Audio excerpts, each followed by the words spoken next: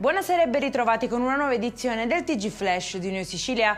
In apertura tragedia sul lavoro a Menfi nell'Agrigentino, dove un agricoltore 62enne è deceduto dopo essersi ribaltato con il trattore mentre lavorava in un terreno. L'uomo è rimasto schiacciato dal mezzo e i soccorsi del 118 sono risultati vani.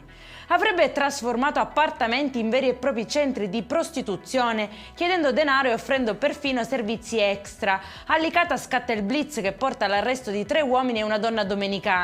L'indagine, iniziata nel 2024, ha ricostruito un sistema capillare fatto di annunci online, pedinamenti e pagamenti giornalieri fino a 60 euro per l'uso degli immobili, più altre somme per accompagnamenti e ricariche.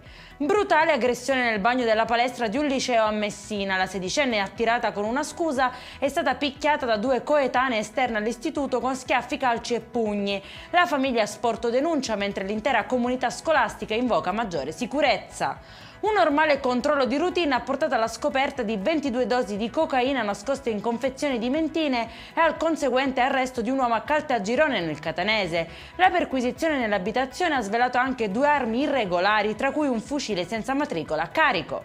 È in chiusura il meteo, per domani cieli tendenzialmente sereni e nessuna allerta tranne probabili piogge su Trapani e Agrigento. Nel weekend però si cambierà rotta e il maltempo è pronto a fare capolinea nell'isola. Per questa edizione è tutto, prossimo appuntamento domani alle 13:30. Buona serata.